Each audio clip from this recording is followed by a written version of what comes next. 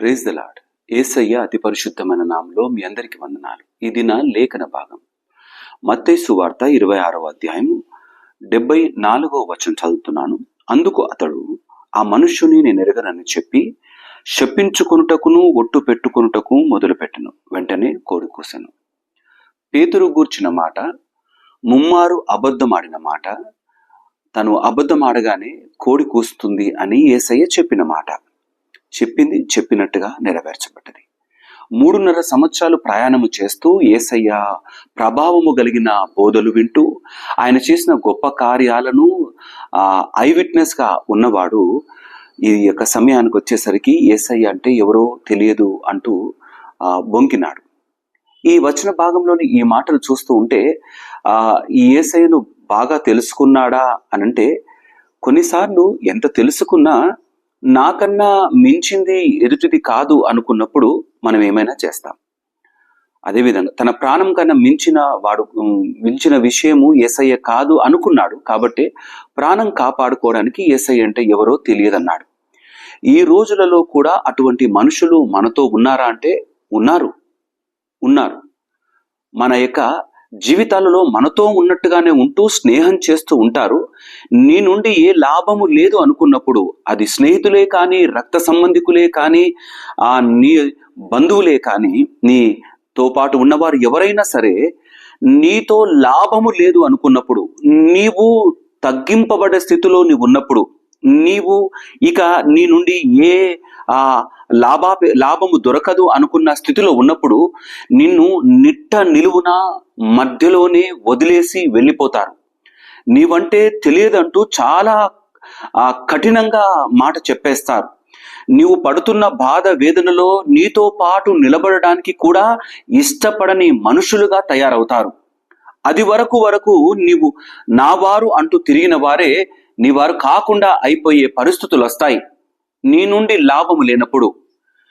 ఈ యొక్క వచన భాగంలోని ఈ నమ్మకమైన మాటను ద్వారా మనం నేర్చుకోవాల్సిన పాఠము, మనం ఎవరిపైన గురి కలిగి ఉన్నామో ఆ గురి ఎటువంటిదిగా ఉన్నదో ఆలోచన చేయాలి. ఒకవేళ స్నేహితుడే అయితే, స్నేహితురాలే అయితే, వీరు ఎంత మట్టుకు నీతో ఉంటారో తెలుసా? వారికి లాభము తగ్గకుండా ఉన్నంత కాలం, నీ నుండి లాభము లేదు అనుకున్న సమయంలో వారు నిన్ను ఖచ్చితంగా విడిచిపెట్టి వెళ్ళిపోతారు. నీ బంధువులు నీతో ఉన్నప్పుడు, నీవు ఆర్థికంగా బలంగా ఉన్నప్పుడు, లేదా నీ పరిస్థితులన్నీ సమృద్ధిలో ఉన్నప్పుడు నీ వెంటే నిలబడతారు. లేని సంబంధాలను, లేని వరుసలను కలుపుకుంటూ నీతో స్నేహం చేయడానికి, నీతో సహవాసం చేయడానికి, నీతో బంధుత్వం చేయడానికి ముందుకు వస్తారు. కానీ నీవు లేని స్థితిలో ఉన్నావు అని వారికి తెలిస్తే చాలు, వారికి నీ ద్వారా ఏమీ లాభము లేదనుకున్నప్పుడు నిన్ను నిర్దాక్షిణంగా విడిచిపెట్టి వెళ్ళిపోతారు. అందుకే లోకంలోని ప్రేమ, యేసయ్య ప్రేమ చాలా వ్యత్యాసం కలది. స్వార్థము లేని ప్రేమ యేసయ్య ప్రేమ, ప్రేమలో స్వార్థము కలిపే ప్రేమ మనుషుల ప్రేమ. అందుకే మనం ఎవరిపైన ఆధారపడ్డం అనేది చాలా ప్రాముఖ్యమైనది. నీతో పాటు ప్రయాణం చేస్తూ ఉన్నప్పుడు లాభసాటిగా ఉంటే నీతో ఎంతకాలమైనా ప్రయాణం చేస్తారు. నీతో ప్రయాణం చేస్తే వారికే నష్టం కలుగుతుందేమో అనుకున్నప్పుడు విడిచిపెడతారు. నీ జీవితాన్ని, నా జీవితాన్ని మార్చటానికి, ఆయన ప్రాణాన్ని కూడా బలియాగము చేయటానికి వెనుకంజ వేయని ఇట్టి ప్రియ స్నేహితుడిని వదిలిపెట్టి ఆయనంటే ఎవరో తెలియదంటూ బ్రతికితే మన జీవితంలో ఇక ఏం బాగుపడుతున్నట్టు లెక్క? ఎవరి కొరకు బ్రతుకుతున్నట్టు మనం? ఆ ప్రియ యేసయ్యను నిజ స్నేహితునిగా చేసుకుంటే జీవితకాలం అంతా ఆయన కొరకు నెమ్మదిగా బ్రతుకుదాం. ఈ లోక స్నేహముతో మనము జీవితకాలం అంతా నిలబడలేము. ఆయనతో వైరము ఈ లోక స్నేహం. మర్చిపోవద్దు. ప్రారంభించిన దినాలలో స్నేహం చాలా బాగుంటుంది, కానీ రాను రాను స్నేహ బంధాలను పాడు చేసే మనుషులు కూడా చేరతారు. ఆ మనుషుల మాటలు విని చాలాసార్లు మనము అట్టి బంధాలను పోగొట్టుకున్న వారం అవుతాం. యేసయ్యతో కూడా నీ బంధం కలిసి ఉండి ముందు కొనసాగుతూ ఉంటే ఆ బంధాన్ని పాడు చేసే అపవాది కూడా ఉన్నాడు. వాడు కూడా కొంచెముగా నీ యొక్క జీవితంలో యేసయ్య పట్ల అవిశ్వాసాన్ని కలిగించే విధంగా మాటలు మాట్లాడతాడు.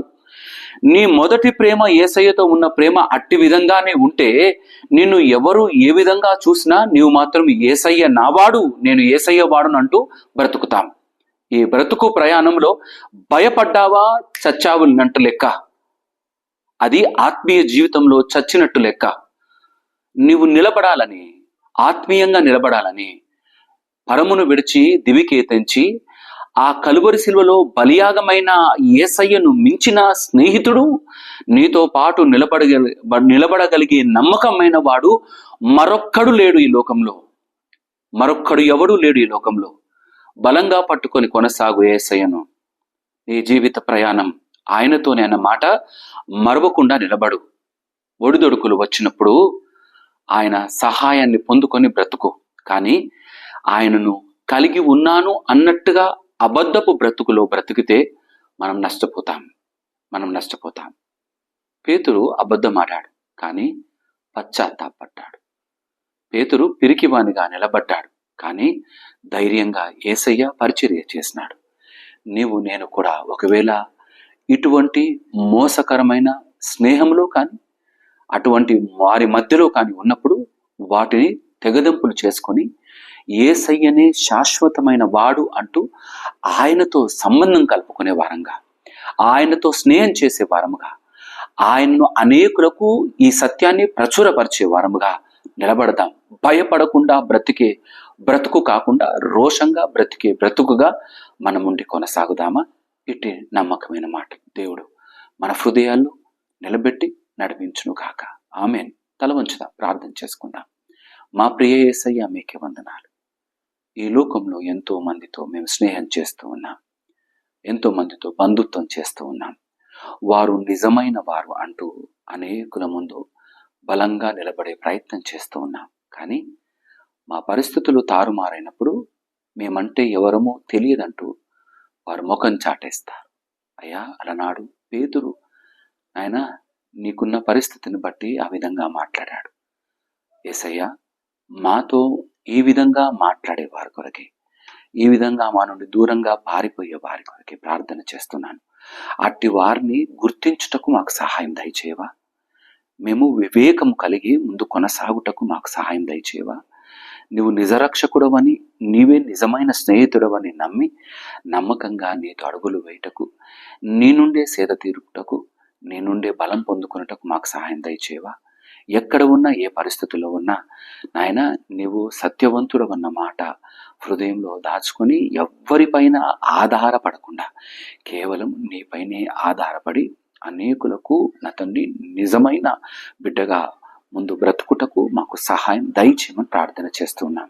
కృపగలిగిన దేవ, దయగలిగిన రాజా, ఇటు నమ్మకమైన జీవితంలో మమ్మల్ని నడిపించండి. మోసం చేసే వారి నుండి మమ్మల్ని తప్పిస్తూ నిలబెట్టమని ప్రార్థన చేస్తూ, స్తుతులు చెల్లిస్తూ, మహిమ ఘనత ప్రభావాల్లోకి ఆరోపిస్తూ, ఇది నా ఆశీర్వాదాలతో నింపమని ప్రార్థిస్తూ యేసయ్య నామమున అడిగి ప్రార్థించి వేడుకుంటున్నాం నా తండ్రి.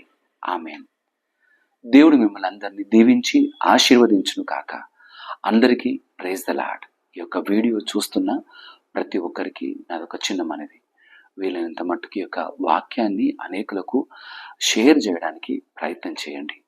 దేవుని మాటల్ని బట్టి కృంగిపోయిన వారు అనేకులు దేవునిలో నిలబడడానికి మీరొక ఆధారం అవుతారు, మీరొక మార్గం అవుతారు. దయచేసి యొక్క వాక్యాన్ని షేర్ చేయడానికి ప్రయత్నం చేయండి. దేవుడు మిమ్మల్ని దీవించి ఆశీర్వదించును కాక. ఆమేన్.